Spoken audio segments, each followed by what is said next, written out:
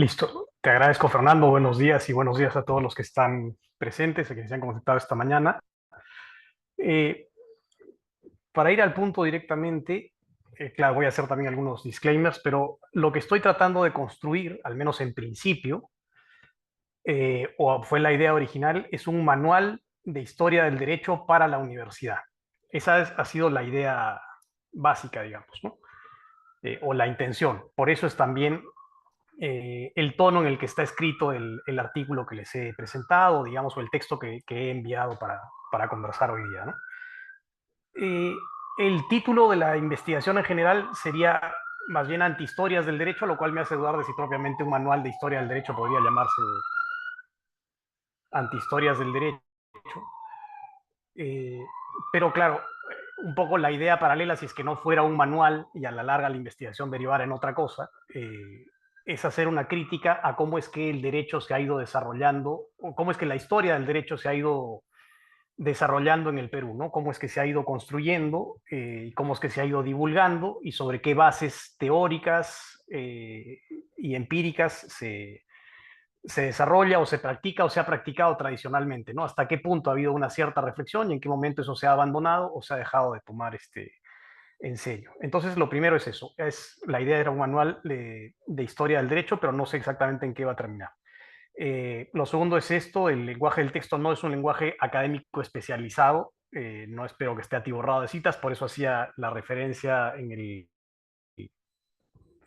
alguna parte del documento que les he mandado a las lecciones de historia del derecho de Pío Caroni. Es un lenguaje divulgativo. Por tanto, bueno, también tengo que decir que no es el texto acabado, ni está con todas las fuentes. Puse ahí una bibliografía, pero tengo más bibliografía trabajada, pero digamos, lo dejo también abierto a ustedes y a sus sugerencias. Eh, Tengo que decir también que el texto no responde directamente a la pregunta que plantea, está más o menos implícita la respuesta, porque la pregunta de fondo es la típica, digamos, en los últimos años muy eh, tratada o vuelta a tratar, muy trajinada, historia del derecho para qué, ¿no? No está respondida directamente, pero es un poco la idea, es ir más allá de la interpretación técnica, que es a lo que nos enseñan en las facultades de derecho, ¿no? De entender el derecho más allá de su interpretación técnica, ¿no? De entenderlo como el fenómeno social que es, ¿no? Eh, y después tengo alguna pregunta que la voy a plantear hacia el final. Eh, Voy a presentar brevemente las ideas del artículo, que como les digo es un artículo sencillo, no tiene una pretensión de lenguaje formal, académico, para presentarse a una revista o qué sé yo, ¿no? Es más bien recoger con sencillez las ideas básicas que pudieran hacer atractivo el texto para un estudiante de derecho que no se ha aproximado a la historia del derecho.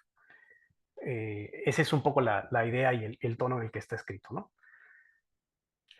Entonces, la primera parte del texto se pregunta por si es que la interpretación técnica es suficiente, digamos, para entender lo jurídico o no, que es lo único que aprendemos, o al menos entiendo el corazón de lo que aprendemos para entender el derecho en la facultad, es esta interpretación técnica, este conjugar la doctrina, las normas, en fin, eh, para lograr este objetivo que es convencer, ¿no? Construir argumentos para convencer, como si el fenómeno jurídico o lo jurídico se agotara en eso, ¿no? Y entonces, para lograr una explicación de aproximación hacia lo que busca la historia del derecho, en el artículo se presenta este símil inexacto, pero útil porque creo que permite otros contrastes para hablar también de la naturaleza del derecho y qué sé yo, con lo cual se puede profundizar más en otros textos. Esta comparación de afán pedagógico entre un chofer y una ingeniera, ¿no? Mientras el chofer aprende a usar el vehículo que está hecho, que seríamos los abogados a los que nos ponen al frente los códigos para empezar a manejarlos y nos dicen cómo se articulan con la Constitución, y el derecho está dado, ¿no? Y luego aparece más derecho, aparece nuevo derecho y punto. Nosotros tenemos que eh, aprender a utilizarlo, ¿no? Como un nuevo aditamento que sale para el carro, un nuevo tipo de ventanas, un nuevo tipo de luces, mecanismo nuevo que ahora es automático, cualquier instrumento nuevo que un chofer tendría que conocer, ¿no? Pero es eso, es el uso de instrumentos dados, ¿no? Mientras que el ingeniero no mira de la misma, o la ingeniera no mira de la misma manera el, la evolución o la construcción de ese artefacto, ¿no? En el tiempo, ¿no? Ella está o tiene una idea del artefacto no a partir de su apariencia externa, de cómo el artefacto está dado, que serían efectivamente este mundo normativo y doctrinario que nos dan para conjugar, sino más bien bajo qué presupuestos está hecho y qué principios respeta, ¿no? Es decir, si es que el principio de la gravedad debe tenerse en cuenta, si es que cualquiera de los otros principios básicos de las ciencias naturales se tienen en cuenta para poder explicar cómo se produce la combustión, cómo arranca el motor, la velocidad que puede alcanzar, cómo mido el frenado, en fin, toda una serie de conocimientos técnicos, pero mucho más profundos sobre la naturaleza del objeto que se está desarrollando, ¿no?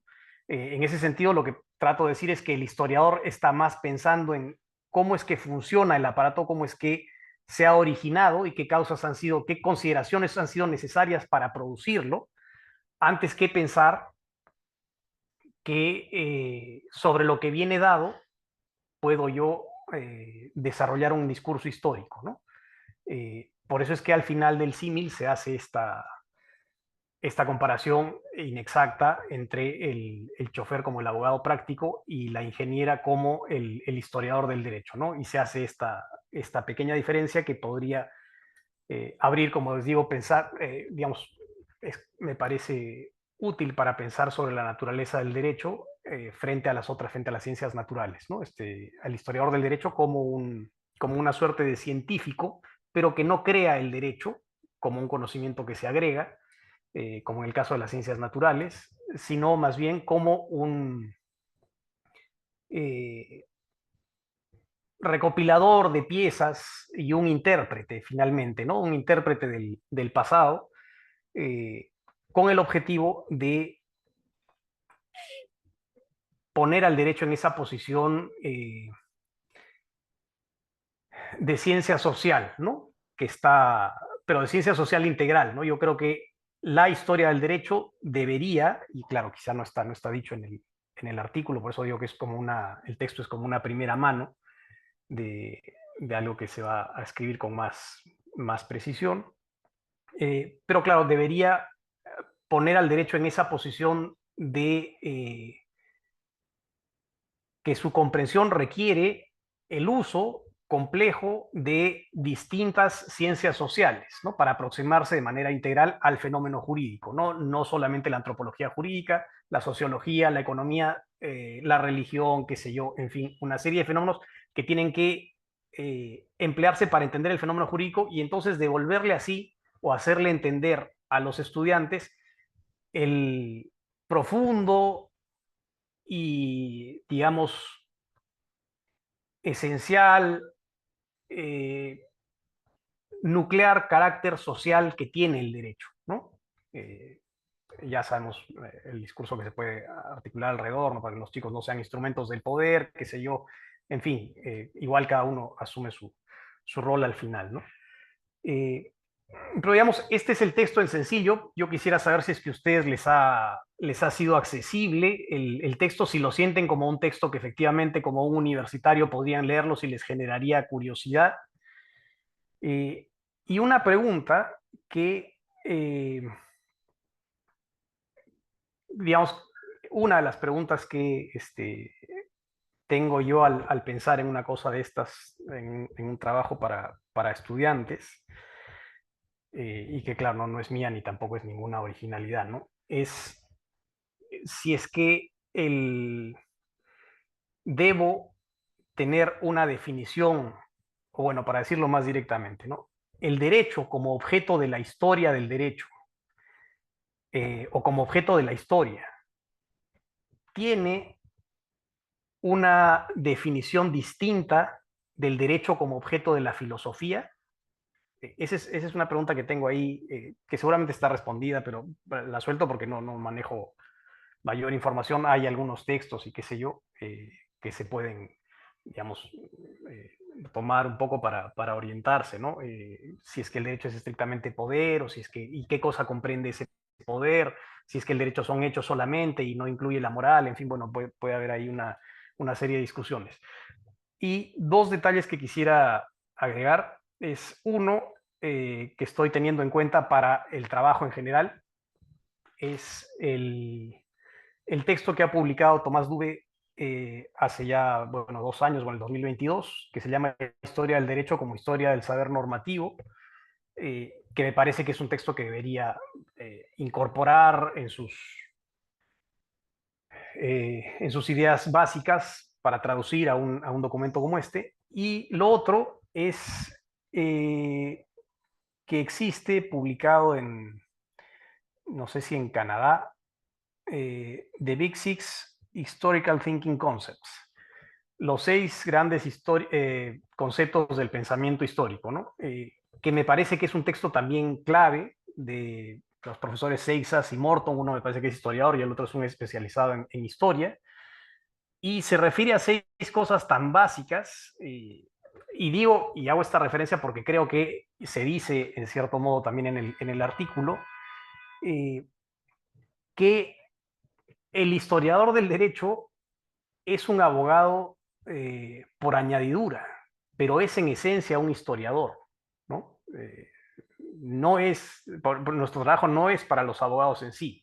Digamos, yo no creo en esa cosa que se puede leer en varios artículos, ¿no? Que la historia del derecho sirve también para litigar.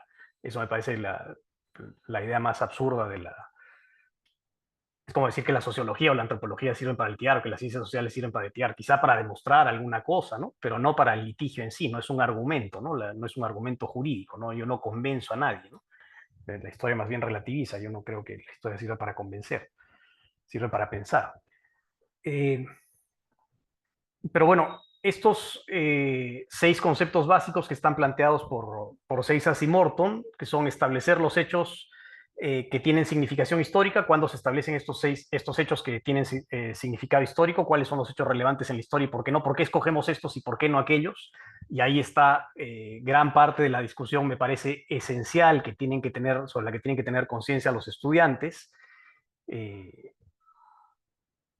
¿Por qué escogemos tales hechos como relevantes y por qué desechamos otro conjunto de hechos como irrelevantes, o los sacamos de lo que queremos llamar historia, ¿no? ¿Cómo es que el historiador hace ese proceso? ¿No? Ahí están los textos de Poco, que en fin, ahí están, en el Perú están los textos de Vicente Ugarte del Pino, ¿no? Cuando hacía en los años 60 unas reflexiones sobre las constantes de las culturas o algo así, tratando, o el texto también, hay un texto de la Puente, el historiador de la Puente, el mayor, el padre, cuando es incorporado a la Academia de la Lengua, y dice algo así como que se escoge lo que defiende lo nacional, lo patriótico, qué sé yo, y lo que afea se elimina, ¿no? Lo que afea la historia, qué cosa es lo que se afea y por qué se escoge o no, bueno, en fin, es toda una polémica, pero esa simpleza con la que se referían tanto Ugarte del Pino como de la Puente a esos que se eliminan y punto, y no justificar por qué o en qué contexto se produce esa selección de hechos, me parece que es una cosa importante para que los chicos entiendan que el derecho o la historia del derecho es en el fondo una interpretación, ¿no? Eh, el otro concepto es el uso de evidencias, de fuentes primarias, que uno siempre pueda referirse a textos básicos o, digamos, a fuentes directas con las que yo pueda contrastar lo que estoy diciendo o lo que estoy señalando como historia. La identificación del cambio de continuidad, cuándo es que hay cosas que efectivamente han cambiado y cómo es que, digamos, si siempre nos referimos a cosas que son trascendentalmente o que producen cambios como cosas relevantes, también hay que fijarse en aquellas cosas que permanecen. El cuarto concepto es analizar la idea de causas y consecuencias, cómo es que estas se vinculan en el mundo de la historia, si tienen la rigidez de las ciencias naturales, considerar las perspectivas históricas. No podemos atribuirles, bueno, lo que decía Bloch, ¿no? No mirar con los ojos del presente las situaciones del pasado, ¿no? No atribuirle a Napoleón ideas morales de la actualidad, ¿no? Eh, y lo sexto es comprender la dimensión ética de la interpretación histórica, ¿no? Que tiene que ver un poco también con la idea anterior. Y creo yo que también tiene que ver con las implicancias o la responsabilidad de lo que significa hacer historia, ¿no? Que es también otra de las ideas a las que apuntaría yo con este manual de historia del derecho para la universidad, ¿no? Eh, si es que la historia del derecho es una reflexión banal, ¿no? En un ejercicio intelectual de la gente que tiene tiempo para hacerlo o que decide, digamos, suicidarse económicamente tratando de vivir de la historia del derecho en el Perú.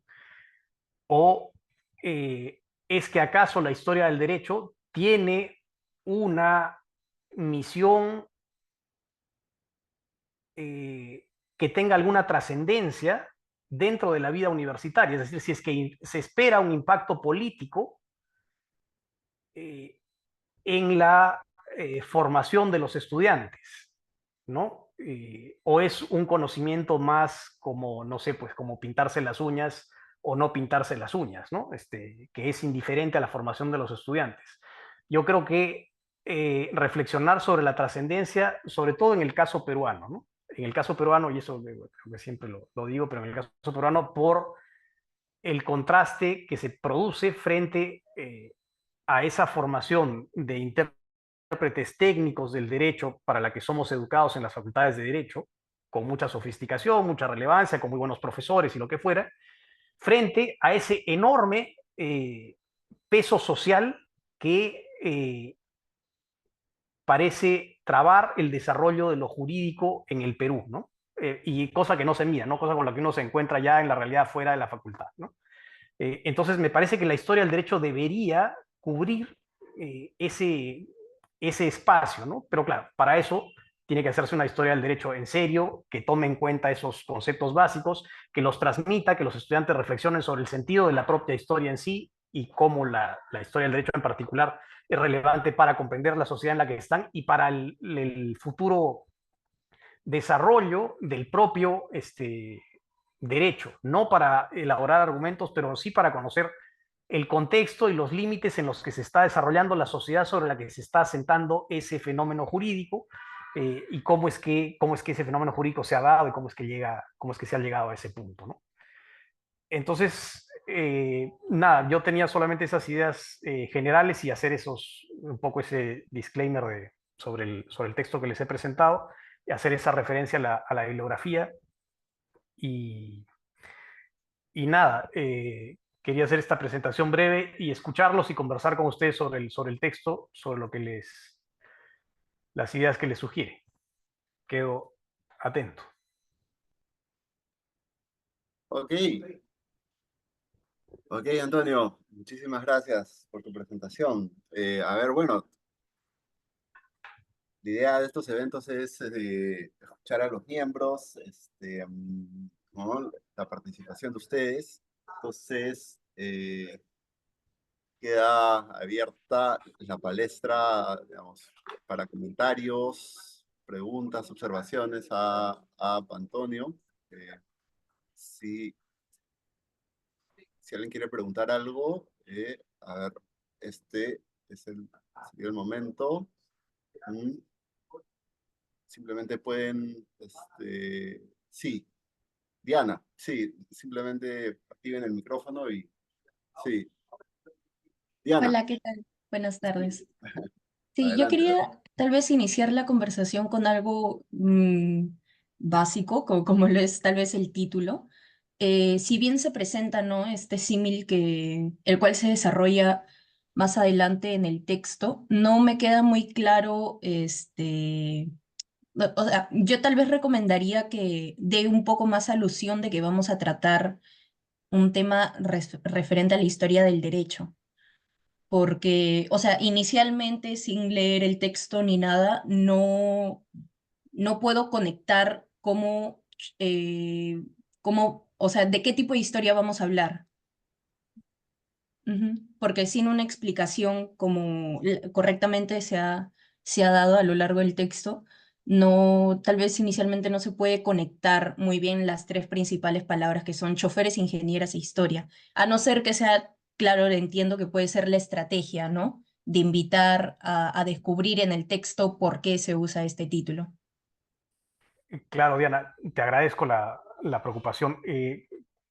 Yo lo estoy planteando como un artículo o como un capítulo, si quieres, que no está completo, de este manual de historia del derecho para la universidad que se llamaría Antihistorias del Derecho, ¿no? Entonces, en ese sentido, se entendería que está dentro de un texto que se refiere a historia del derecho, ¿no?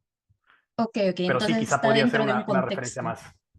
Sí, por Ujú. eso en la primera parte del texto que mandé hay como un índice y una estructura, y eso son, digamos, esa sería la estructura de la investigación o del manual, ¿no? Una estructura preliminar de lo que podría ser el manual. La primera parte está referida a las cosas generales que justifican la presencia de la historia del derecho como ciencia social, qué sé yo. Este artículo estaría dentro de esa parte y después, en la segunda parte del manual, entraría a los conceptos, a los conceptos que yo entiendo que son los fundamentales que aporta la historia del derecho para un estudiante contemporáneo, ¿no? La violencia de la abstracción, el texto de Caroni, la construcción del individuo, la idea del liberalismo, la construcción de la ciudadanía, la autonomía de la voluntad, todas esas ideas que son centrales de entender para entender la cultura jurídica presente, pero eso sería lo que viene después, ¿no?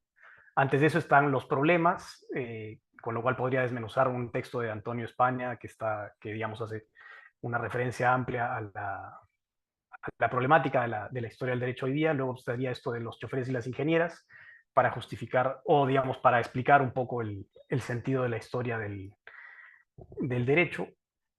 Y la otra, esta idea de la historia del derecho como historia del poder, que sería el punto 3, ¿no?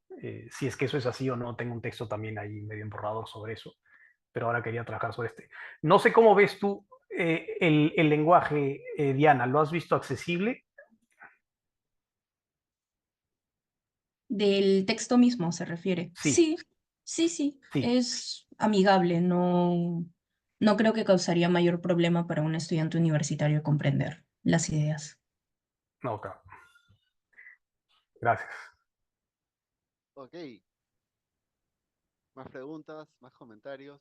Bueno, mientras va empezando comentarios y para alimentar la discusión, Antonio, o sea, vamos a ver, si tu proyecto es hacer un manual de historia del derecho, ¿cómo podrías resumir, digamos, y poniéndolo en términos algo pragmáticos o hasta comerciales, digamos, cuál sería eh, tu caso, ¿no? O sea, ¿cuál sería, digamos, tu línea para vender o, digamos, para defender eh, la historia del derecho, ¿no?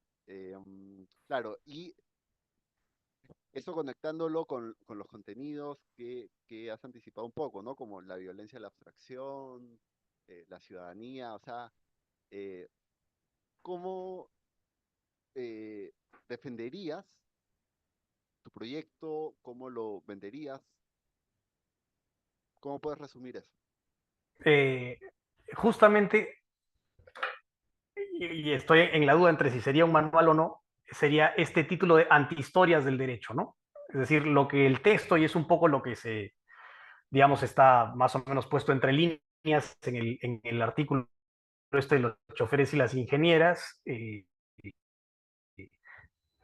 con la historia del derecho se ha hecho cualquier cosa, ¿no? Entonces, estas son antihistorias justamente, y el gancho comercial serían esa idea de antihistorias por la ligereza con la que se ha tratado o la falta de aparato teórico y metodológico con la que se ha desarrollado tradicionalmente la historia del derecho en el Perú y lo abandonado que eso está. Digamos, no está puesto explícitamente, pero, y lo he dicho 20 veces y se lo dije directamente cuando estaba en vida, pero los trabajos de Carlos Ramos me parecían, en términos generales, bastante ausentes de un aparato teórico reflexivo que justificara eh, la vinculación de manera seria, ¿no? Y a estas alturas de la vida académica del planeta, ¿no?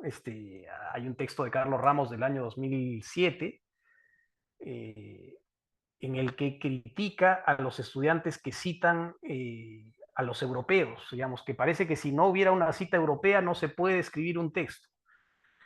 Eh, y claro, no sé, en un mundo global, yo no sé si el tiempo en el Perú pasa o vamos a descubrir nuevamente la rueda y creo que la historia del derecho en el Perú se ha desarrollado así. Además, si uno busca las, en las facultades de Derecho, hay, en muchísimas facultades se vende, o digamos, se enseña la historia del derecho.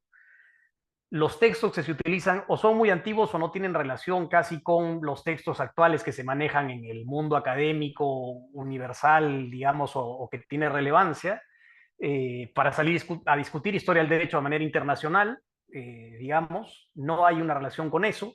Hay textos ya de nivel absolutamente absurdo. Hay el caso de un texto del señor Silva Vallejo, publicado en la Universidad de las Peruanas, que tiene como 14 encíclicas publicadas de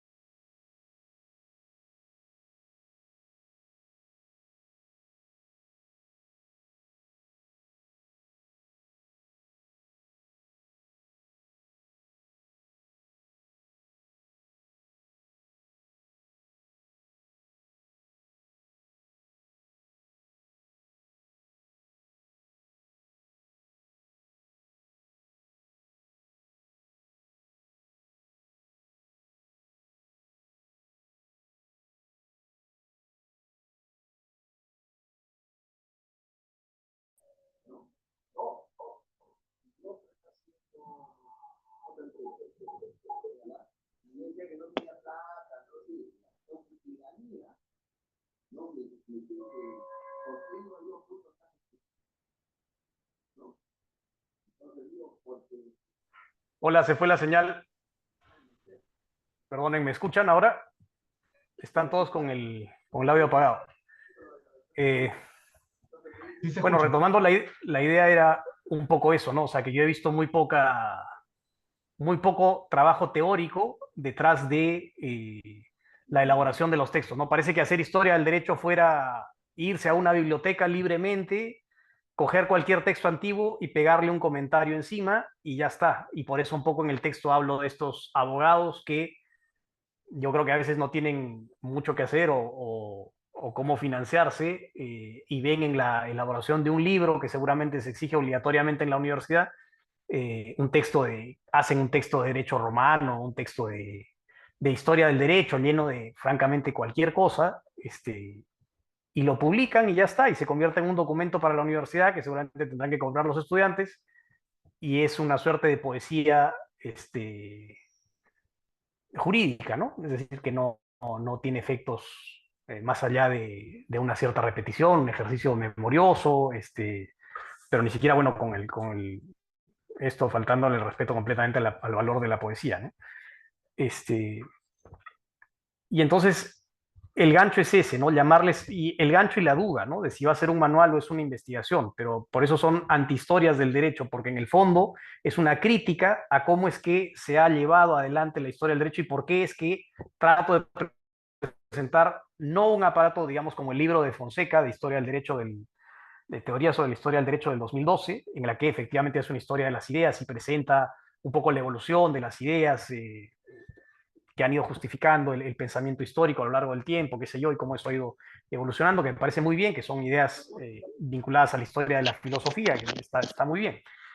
Eh, pero me parece que la historia del derecho tiene una responsabilidad social concreta, más allá de si Savigny, si Radbruch, no sé si es que los grandes intelectuales y los filósofos pasan o no eh, ideas que trascienden a cómo pensar en el tiempo histórico, si Hegel o no sé, mucho más allá de eso, en términos concretos, la historia en sí y la historia del derecho en particular, creo que tiene está llamada a tener un impacto político en la consideración de la sociedad sobre la que se desarrolla, ¿no?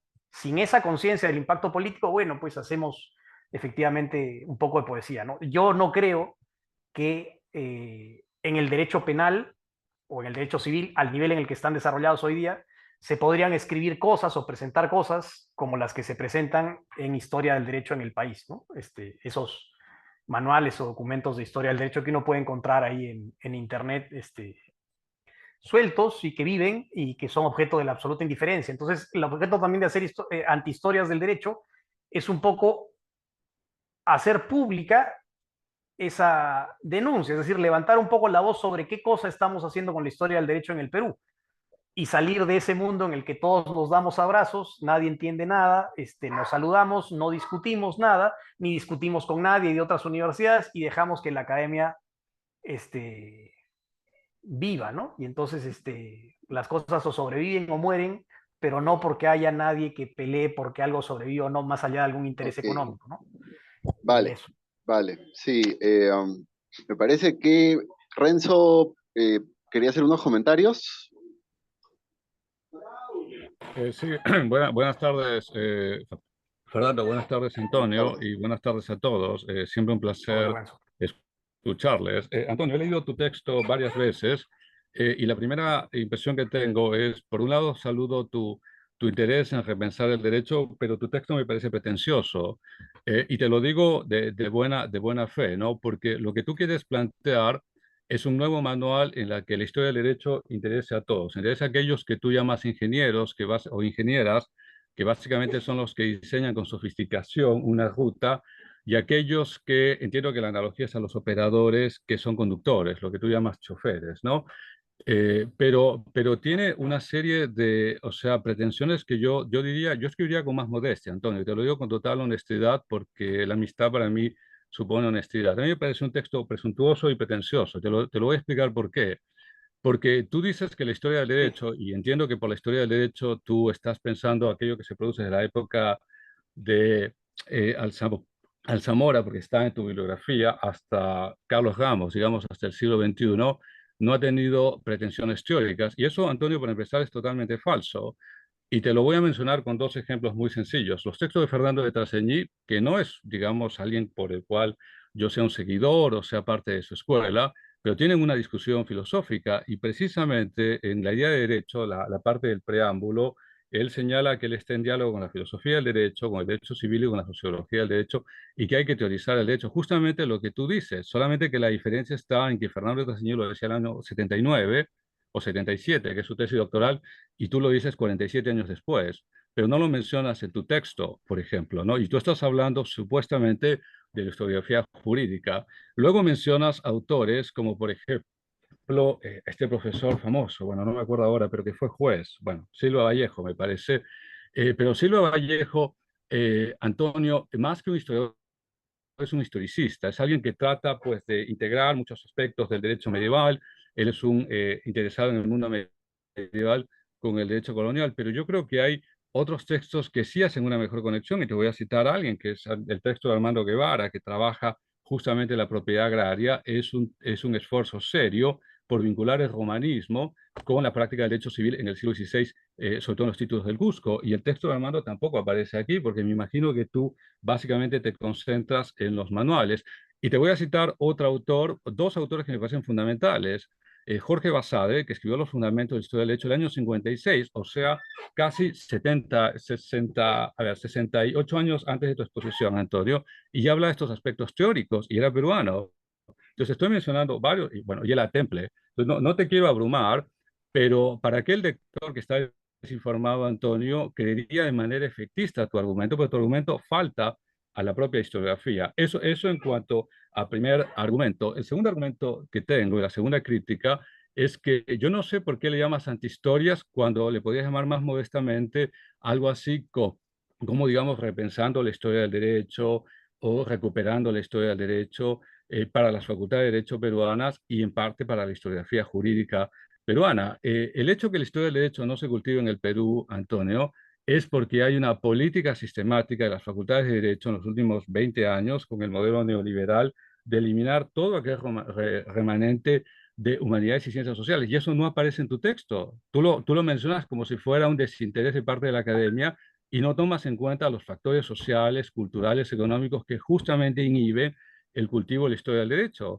Entonces, y eso es algo que está también carente en tu estudio. Entonces, yo creo que, digamos, sería mucho mejor que tú escribas un manifiesto en la que dices la historia del derecho es importante porque es una historia que permite teorizar y discutir los fundamentos del derecho mismo y también porque es una hoja de ruta para aquellos que están interesados en el pasado legal. Algo mucho más modesto y menos pretencioso. Tengo más comentarios, Antonio, pero prefiero darle el turno a Javier. Sí, Sí, te agradezco, Renzo. Adelante, adelante. ¿prefieres responder lo de Renzo o mejor que Javier haga también comentarios y le das con todo a todos los comentarios? Vamos a ver Sí, ahí. sí, que escucho a Javier también, no hay Sí, problema. te escuchamos, Javier. Sí, vale. Bueno, primero agradecer bueno, la iniciativa de estos seminarios, ¿no? Donde se ponen los proyectos. Saludar a Antonio bueno, y a Fernando, ¿no? Por, por lo de hoy. Bueno, yo tengo alguna pregunta para Antonio, ¿no? Con respecto al curso que has propuesto, bueno, no lo dice en el texto, pero te quisiera preguntar si es que está considerando los temas para lo que es la historia del derecho de la edad moderna, o en este caso, bueno, para el caso peruano, para la historia colonial, ¿no? Y en ese lapso de tu propuesta, ¿no? Que más que tiendes, bueno, a la teoría, ¿no? Te alejas un poco de la historia, de la historia tradicional del derecho. ¿Cómo abordarías esos temas, ¿no? Bueno, he visto que citas la obra de Antonio Manuel España, ¿no? Antonio Manuel España es un historiador del derecho muy importante para la Edad Moderna, porque él fue uno de los pioneros en prácticamente eh, descubrir que la estructura política de ese tiempo era muy distinta a la época actual, ¿no?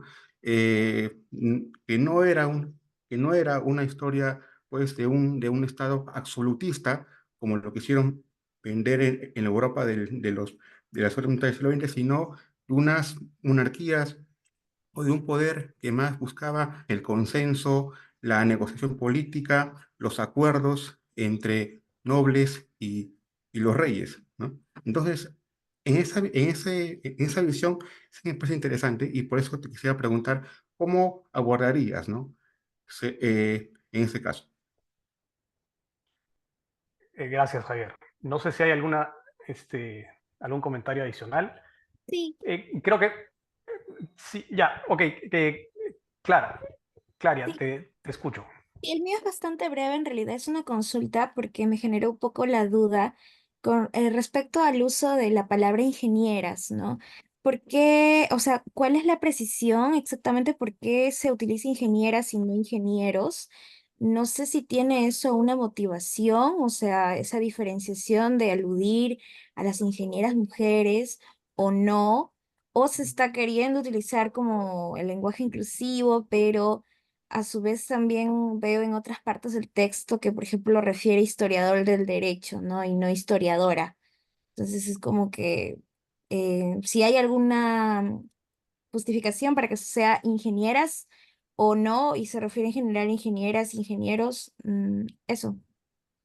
De acuerdo. Creo que contesto este Sí, grupo de tres y es que después hay más, seguimos con la conversación. Empiezo por ti, Clara. Sí, hay una motivación, pero no quiero hacerla explícita. Hay una intencionalidad directamente de hablar, digamos, de introducir un término femenino sin hacer un mayor discurso alrededor de eso, simplemente introducirlo y dejarlo ahí. No, sin más, es decir, creo que no tendría por qué ser objeto que se hable de ingenieras, de médicas, y quizá podría sí poner historiadoras en el texto, pero creo que no es un tema que está puesto con una intención, sí, pero también la intención es justamente no justificarlo, digamos, ¿no? Porque creo que es parte de la vida normal y no tendría por qué tener mayor tener mayor debate.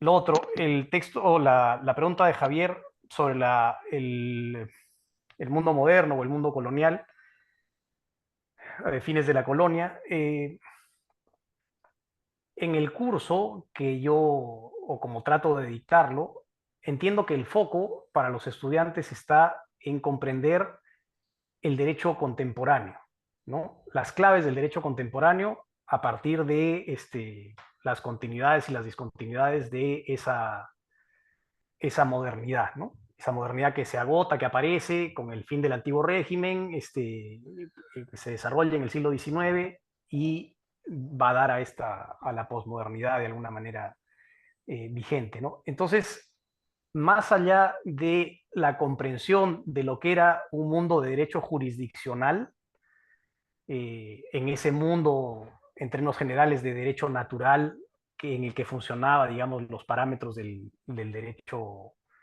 europeo y colonial de la época de la conquista, del Renacimiento para adelante, y las fuerzas que están ahí adentro racionalizándolo de alguna manera y que desembocan después en este gran producto que es el Código Civil, desde mi perspectiva, es más una cuestión para especialistas profundizar en la naturaleza de ese derecho, digamos, de la época colonial. Yo prefiero entrar a las líneas conceptuales generales de esa época, con algunas referencias, pero desembocar en, digamos, por contraste, sin una gran, sin profundizar mucho en el mundo colonial, pero sí con lo suficiente como para poder hacer un contraste con el mundo del derecho codificado, digamos, que viene después, ¿no? Cuáles son las raíces que están en uno y lo que trasunta de un mundo para el otro, ¿no? Pero es donde yo enfatizo es en el derecho contemporáneo y no tanto en el derecho, en el mundo del derecho colonial. Como te digo, entiendo el mundo del derecho jurisdiccional, doy algunas pautas sobre eso y de ahí paso al derecho, al mundo del derecho codificado y a sus claves, ¿no? A las claves. No entro a la, digamos, a los detalles de las fechas y los códigos y los datos específicos, que entiendo que tampoco es el objeto de tu pregunta, pero esa es un poco la línea que yo sigo, ¿no? No pongo mucho énfasis en el mundo colonial porque creo que es un conocimiento autónomo y más especializado, más propio de historiadores que de historiadores del derecho contemporáneo que buscan explicarles a los estudiantes el mundo del derecho en el que viven hoy día, ¿no? Creo que no es necesario para un estudiante profundizar mucho en el mundo colonial. Y luego, sobre los comentarios los dos comentarios de Renzo, ¿no? El primer comentario sobre que en el Perú efectivamente se ha conceptualizado la historia del derecho, yo no tengo ninguna duda de que eso ha sido así, pero tampoco tengo ninguna duda de que eso ha sido pobre y abandonado, ¿no? Digamos, es como un archipiélago, pero bastante disperso, ¿no?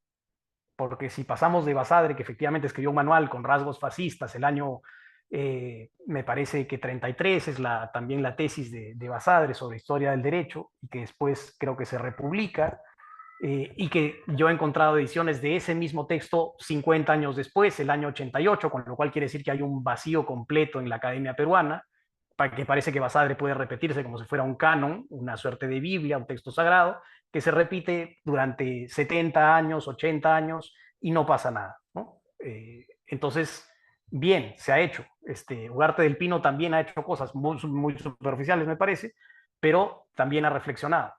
No tengo duda de que Traseñiz ha reflexionado y que es relevante, pero repito que el texto es un texto universitario para acercarme a los estudiantes con un discurso sobre la importancia de la historia del derecho. No es un texto en el que yo esté o en el que pretenda hacer un repaso sobre todos los pensadores de la historia del derecho en el Perú, ni tampoco que pretenda negarlos, ¿no?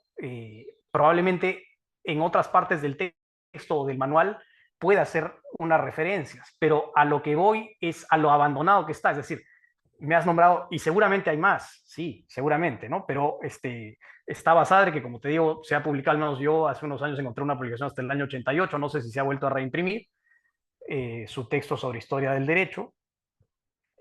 Sin duda están los textos de Armando y no dudo que sean textos serios, pero a lo que voy es que el debate académico parece que se reduce efectivamente al Instituto Ribagüero y a unas 15 personas que se juntan ahí, pero no tiene ningún peso nacional efectivo dentro de la currícula universitaria de la historia del derecho en el Perú. Y eso es un poco una antihistoria, me parece a mí, porque hacemos una historia absolutamente hueca si es que uno mira el panorama de la historia del derecho en el Perú. Ese es un poco el objeto de criticar, y efectivamente probablemente el texto, y te agradezco eso, tenga ese tono pretencioso y podría bajarlo, ¿no? Podría bajarlo, podría ponerlo más blando quizás, ¿no? Pero la idea es causar ese interés en el estudiante, ¿no? No sorprender a un neófito. Porque sé que hay personas especializadas que leen los textos y que obviamente tienen mucho más, un conocimiento más denso, pero no es a ellos a quien está dirigido el texto, ¿no? Eh, por otro lado, efectivamente, yo sé, y lo he dicho 20 veces también, que es un desinterés institucional y coincido absolutamente. Yo lo he vivido directamente en una conversación con Javier Neves, en la que me dijo directamente que estos asuntos eran cosas de los 70 y que ya no tenían ningún sentido en la Facultad de Derecho, y eso me lo dijo el año 94 más o menos, ¿no? Y yo tengo ahí esa idea clarísima, ¿no? Hay una intervención neoliberal y que la he vivido aquí, la he vivido en Europa también, sobre las currículas universitarias y sobre las ciencias sociales para precarizarlas y marginarlas, y la historia del derecho sin duda está en esa ola. Pero lo que yo no puedo aceptar, estimado Renzo, por ejemplo, es que se le haya dado a Paolo Grossi un honoris causa en la Universidad Católica, en la que participaba Fernando Traseñís, participaba Carlos Ramos, y después parece que, y no niego que Armando Guevara haya hecho un esfuerzo relevante, pero después parece que se ha generado un vacío intelectual. Es decir, ¿cómo puedes reconocer a Paolo Grossi a fines de los 90, me parece, o principios de los 2000, y después generar una academia absolutamente irreflexiva, o que, digamos, no tenga ningún peso al nivel que lo tiene los estudios históricos en el Perú, es decir, los historiadores o las escuelas de historiadores en el Perú, que son absolutamente relevantes y creo que valoradas. Eh, pero yo, desde el punto de vista de lo que se ha hecho después, digamos, de un evento tan relevante como darle un honoris causa a Paolo Grossi, no veo que quien estuviera llamado de alguna manera, como Carlos Ramos, a suceder en esta reflexión, en estos textos que piensan un poco y le dan un contenido mucho más denso a la labor histórica y no solamente una suerte de crónicas humorísticas o medio entretenidas para venderse. Y no dudo que efectivamente tú estás además entre esas personas que están desarrollando en un altísimo nivel y son absolutamente preocupadas por un nivel, un desarrollo serio de la historia del derecho. Pero lo que yo digo es que si yo me pongo a mirar eh, los currículos universitarios y el panorama nacional, yo a ese panorama nacional y a esa desidia intelectual en el Perú, después de hacer lo que se ha hecho hoy en la Universidad Católica, ¿no? En fin, o sea, podría dar detalles de algunos libros, pero no quiero entrar ni parecer eh, incisivo. Me parece que esa desidia por la teorización de la historia del derecho en el Perú me parece de una irresponsabilidad no solamente académica, sino política grave, ¿no? Y eso es a lo que va el texto, ¿no? Yo te agradezco, efectivamente, puede ser un texto que suene pretencioso y qué sé yo, pero no es el objetivo, no está dirigido a especialistas, ¿no? Y efectivamente en la bibliografía hay muchas más cosas que poner, que completar y no sé, cuando quieras podemos conversar y con mucho gusto yo recibo tus consejos, de quien reconozco que eres una persona mucho más trajinada en este mundo, ¿no? Nada más. Ok, vamos a ver. Renzo pidió otra vez la palabra, pero antes de darle la palabra otra vez a Renzo, sí hay alguien que quiera hacer un primer comentario. Así, eh, para que todos puedan hablar. Bueno, hay siempre una regla que vamos a procurar aplicar, que es que eh, nadie puede hablar 2 veces seguidas sí, hasta que el resto disponible no desee participar. Entonces, sí, me parece que primero levantó la mano Juan Carlos y después William. Entonces, Juan Carlos, William, sí. Juan Carlos, sí. Sí, ¿qué tal? Ahora sí, vamos a ver. Uy, ¿qué pasó? Ya. ¿Me escuchan bien, no? ¿No? Sí, sí, sí, Juan Carlos. Ya, ok, listo. ¿Qué tal, Antonio? Mira, bueno, he revisado tu texto y, bueno, me parece también interesante. Y tengo tres comentarios, en realidad, comentario medio también preguntas. El primero es en realidad respecto al título que mencionas ahí, Lecciones de Antihistoria. Ya has adelantado algo, digamos, ¿qué entiendes tú por antihistoria? Y la verdad que si no lo comentabas acá, no me quedaba del todo claro por dónde iba a ir este concepto. De todas maneras, también, digamos, en esta primera intervención tuya y en las respuestas que has dado, también yo siento que de alguna manera como que has variado un poco en tu definición o has ampliado en todo caso esta definición de antihistoria. Y bueno, yo te sugeriría en todo caso que si es un texto dirigido a estudiantes, en primer lugar, trates de definir algo claramente que es antihistoria para ti, para que el lector pueda ubicarse un poco, digamos, ¿no? Entiendo por dónde va la idea, pero creo que sí, en el texto no estaba presente esta definición. Lo segundo que me parece también importante resaltar es que, como tú mencionas, se trata de un texto que tiene una suerte, digamos, de naturaleza ensayística y va dirigido sobre todo a estudiantes de derecho que quieren o que están interesados en la historia del derecho o que recién se van a aproximar a ella. Y a mí me parece que es importante que quizá hay un tercer punto de vista que quizá muchas veces no se tiene en cuenta, porque tradicionalmente cuando hablamos de historia del derecho, digamos, se puede enfocar desde el punto de vista del abogado, ¿no? Pero también desde el punto de vista del historiador, pero creo que también se omite muchas veces el punto de vista pedagógico. Y si este es un manual o pretende ser un manual destinado a estudiantes de derecho, me parece a mí que es importante que quizá trates por lo menos de tener en cuenta cuál es la contribución de este manual a las competencias, ¿no?, que se supone debería desarrollar un estudiante en la Facultad de Derecho, de cualquier universidad en general, ¿no?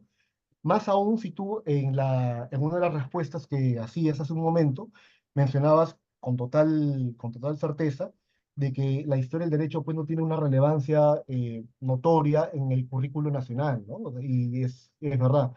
Yo para mi tesis recientemente he revisado los planes de estudio de todas las facultades de derecho y pues son poquísimas las que incluyen esta asignatura. Y estoy de acuerdo en que debería enseñarse, ¿no? Pero justamente pongámonos desde el otro lado, desde el punto de vista del estudiante. Una persona que entra a la facultad de Derecho de cualquier universidad se podría preguntar, bueno, ¿y esto para qué me sirve? ¿No? O sea, ¿cómo lo aplico? ¿En qué contribuye a mi formación? ¿No? Omitamos al grupito minoritario de estudiantes que siempre va a haber en todas las universidades, que tienen una vena humanística, una pasión por querer saber, ¿no? Que es válido, pero vayamos un poco al grueso, cómo forma o cómo contribuyen las competencias de estos estudiantes el conocimiento histórico jurídico. Me parecería que en todo caso podrías ahondar, no sé si ahondar eso en tu texto, en tu manual, en tu investigación, o en todo caso tenerlo, digamos, presente al momento de desarrollar tus argumentos, ¿no? Y la última duda que tengo, con la cual yo la verdad no estoy de acuerdo, pero en todo caso me gustaría que puedas ampliar un poco más para poder entenderte, es que en tu intervención inicial mencionabas, y lo apunté textualmente, de que la historia del derecho no sirve para litigar, no es un argumento que te sirva como algo práctico. Yo la verdad, en principio yo no estoy de acuerdo con esa posición, pero me gustaría en todo caso que puedas ampliar un poco más esta posición, ¿no? Y argumentarnos un poco más por qué crees que no sirve para litigar o por qué no tendría una finalidad práctica la historia del derecho. Gracias. Ok, gracias, Juan Carlos. Sí, si podemos No sé, escuchar creo que un habían más comentario intervenciones. de William. Sí, Sí, buenas tardes Antonio, buenas tardes con todos. Más que todo, en este caso sería un comentario y tal vez un consejo, ¿no? En un primer momento, revisando el texto, respecto a la estructura más que todo, ¿no? ahora que tú lo has expuesto, no lo has disertado, señalas de manera así general que es un manual. Pero, o sea, revisando la estructura también y teniendo presente, ¿no? Que un manual es más que todo una reunión, una compilación sistemática, ¿no? De una materia, de información en concreto, me queda la duda de cómo es que la pregunta, ¿no? ¿Para qué ser historia del derecho? Termina siendo este eje por el cual se va a dirigir el pretendido manual. Yo más que todo, y ya lo has mencionado, más que todo lo veo en su estructura, me refiero, como un ensayo, ¿no? Como un ensayo crítico.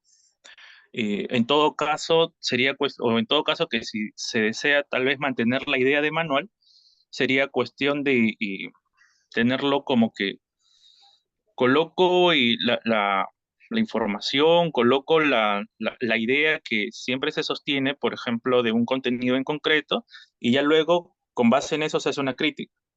Pero, o sea, dudo que tal vez vayas a hacer eso porque, como has mencionado hace un momento, tu pretensión no es buscar una sistematización, ¿no? Una sistematización de todo lo que se ha desarrollado, sino más que todo una antihistoria.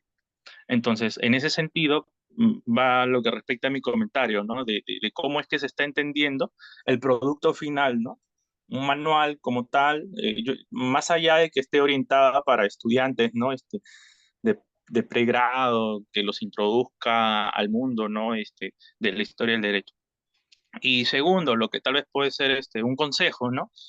En respecto a la respuesta de para qué hacer historia del derecho, eh, considero yo que en el aspecto práctico también lo puedes aterrizar al tema de cómo es que se desarrollan las instituciones. Por ejemplo, eh, yo por un proyecto que estoy llevando, ¿no? Veo lo que es bastante el tema de jurisprudencia del siglo XIX, del siglo XX, ¿no? Y ahí básicamente en las decisiones judiciales uno puede entender cómo es que la ley vigente para ese entonces y la sociedad también, ¿no? Permite que uno pueda comprender mejor por qué se dan estos grandes cambios, más allá a veces de una explicación que algunos docentes he escuchado, ¿no? Y cuando van a justificar algún tipo de decisión, lo que hacen es citar un concepto de la doctrina alemana, la doctrina italiana y la traen y dicen y señalan que por ese motivo se modifica el código, por ese motivo se modifica una ley, ya sea tanto en el ámbito penal o civil, al menos en los que he podido revisar. Pero no está, por ejemplo, el apartado de la justificación histórica social, donde era necesario, era necesario introducir ese cambio justamente porque también en el decidir judicial, y esto en lo que respecta a las sentencias, ¿no? De la Corte Suprema, ya se veía una tendencia, ya se veía una necesidad por los mismos contextos económicos, sociales, políticos, ¿no? Al menos en esa transición del 19 al 20 y demás, ¿no? Entonces, tal vez pueda considerarse estas aplicaciones prácticas de cómo es que se desarrolla y entiende una institución, ya sea en la parte no sustancial o ya sea en la parte procedimental, activa. Al menos eso, ¿no? Considero que tal vez puede servirte para poder contestar tu pregunta. Gracias. Gracias, William. No sé si hay algún comentario más para tomar tres como en la ocasión Sí, anterior. o sea, ya el último comentario, porque sí, tendríamos que ir terminando. La idea no es que se extiendan demasiado estas sesiones. ¿Alguien tiene un comentario final para que pueda responderlo Antonio? Eh, si no hay un comentario Renzo, creo final, sí, que quería intervenir otra vez. sí, quizás Renzo, sí, un comentario Bueno, Antonio, final. tengo varios comentarios para hacerte, pero más bien te mandaré un correo electrónico. Pero hay algunas cosas que sí me parece que son digamos, sorprendentes de tu texto. Yo cuando leí tu texto, lo que se me vino a la mente fueron los artículos de Alfredo Bula de los años 90, con estos títulos que procuraban hacer una conexión, pero que supusieron para mí una simplificación del pensamiento jurídico. En segundo lugar, lo que me sorprende de tu texto es que si tú bien te preguntas para qué sirve la historia jurídica, en realidad lo que te estás preguntando, en mi opinión, y te lo respondes, es por qué no hay el cultivo de la historia jurídica en el Perú.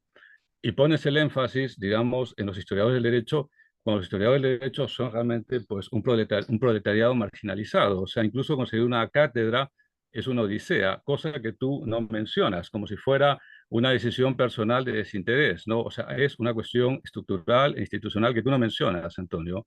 Y en tercer lugar, tu texto me parece arrogante. Me parece arrogante porque, por un lado, pretendes hacer un manual, digamos, y tú dices que te basas en 3 o 4 investigaciones y hablas del justnaturalismo en el periodo temprano moderno y luego la codificación, y eso, Antonio, desde el punto de vista historiográfico es muy discutible, ¿no?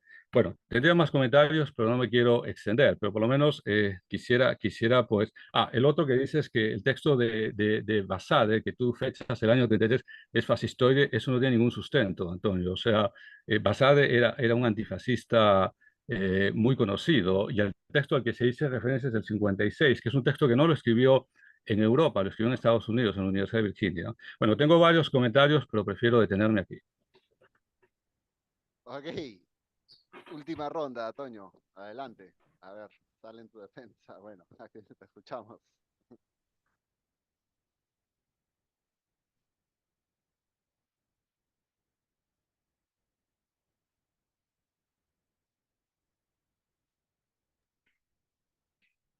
Estás con el audio apagado, ¿eh? Estás con el audio apagado. Me parece que no terminé de escuchar a Renzo, me estaba diciendo que no estaba, que era bastante discutible pasar del justnaturalismo a la codificación. Y no sé si dijo algo más.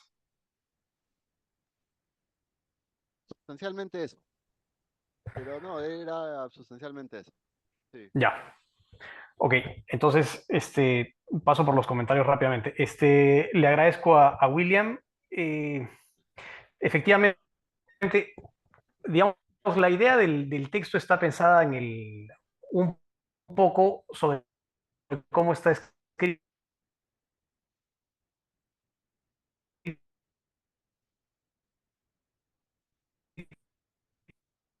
el texto de las lecciones de historia de Caroni, ya que no son lleno de precisiones,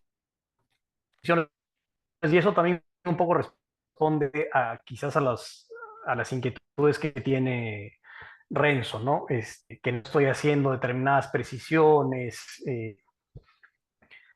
sobre el devenir de los hechos.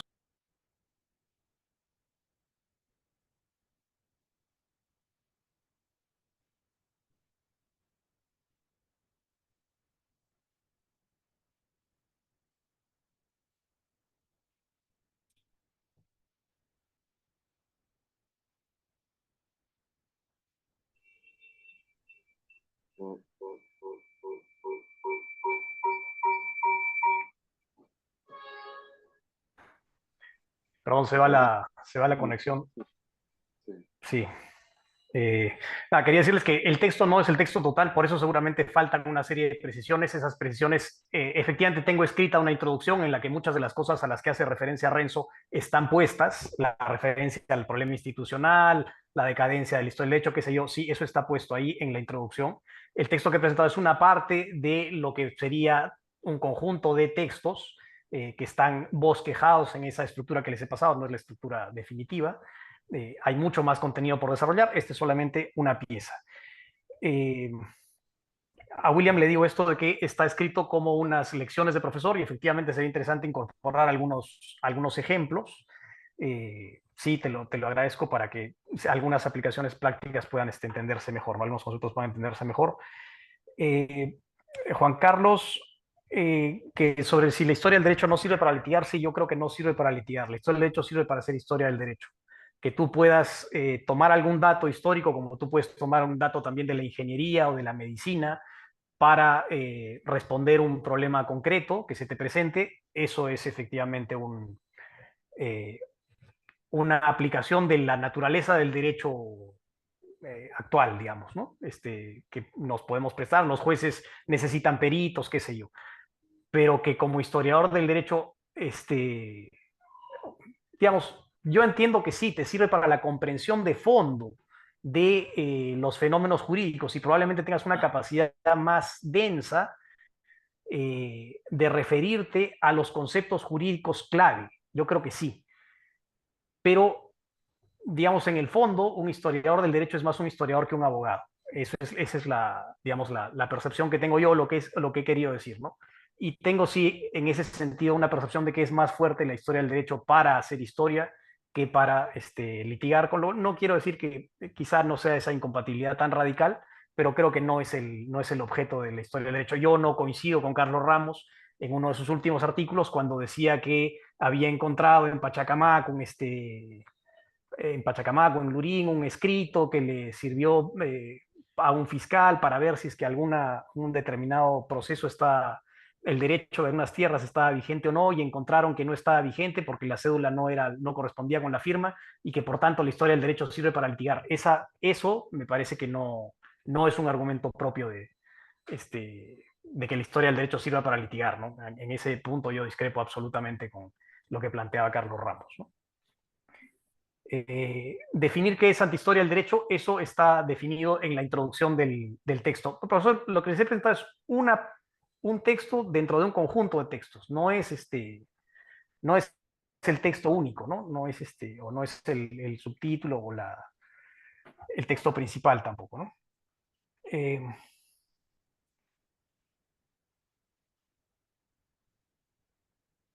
Sí, bueno, esos han sido los comentarios, ¿no? Falta cuáles serían las competencias que se desarrollarían. Bueno, sí, yo creo que tiene que ver con una comprensión más de fondo del fenómeno jurídico, ¿no? Esa es la competencia principal, ¿no? Pero no creo que esté orientada, digamos, a litigar. Seguramente a construir mejor los argumentos, un poco a tener una concepción más de fondo de los argumentos, pero no creo que sea propiamente la labor del historiador del derecho la de un argumentólogo, digamos, ¿no? No es un argumentista. Y eso nada más, dejo ahí bueno, y les agradezco a todos, ¿sabes? Les agradezco a todos los comentarios y los ataques, que para eso, que no los tomo como ataques, los tomo como lo que es, y para lo que vengo, y para lo que espero también que se haga con la historia del derecho. Que así como me han dicho cosas buenas, malas, duras, que lo mismo hagamos nosotros con los otros textos y los otros académicos que vemos que, en fin, que se hace una academia lamentable y no lo decimos en el Perú. Es eso, levantar la voz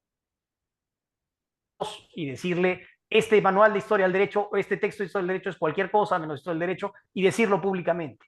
En fin, con discrepancias, qué sé yo, pero levantar la voz. Esta academia de historia del derecho muerta, o de intelectuales refinados que viajamos por el mundo, discutiendo en el mundo y nunca aterrizamos en el Perú, ni discutimos con ningún peruano porque están por muy debajo de nuestros niveles. Creo que es algo que nos consume y nos daña, y es parte también de este mundo poscolonial en el que vivimos, ¿no?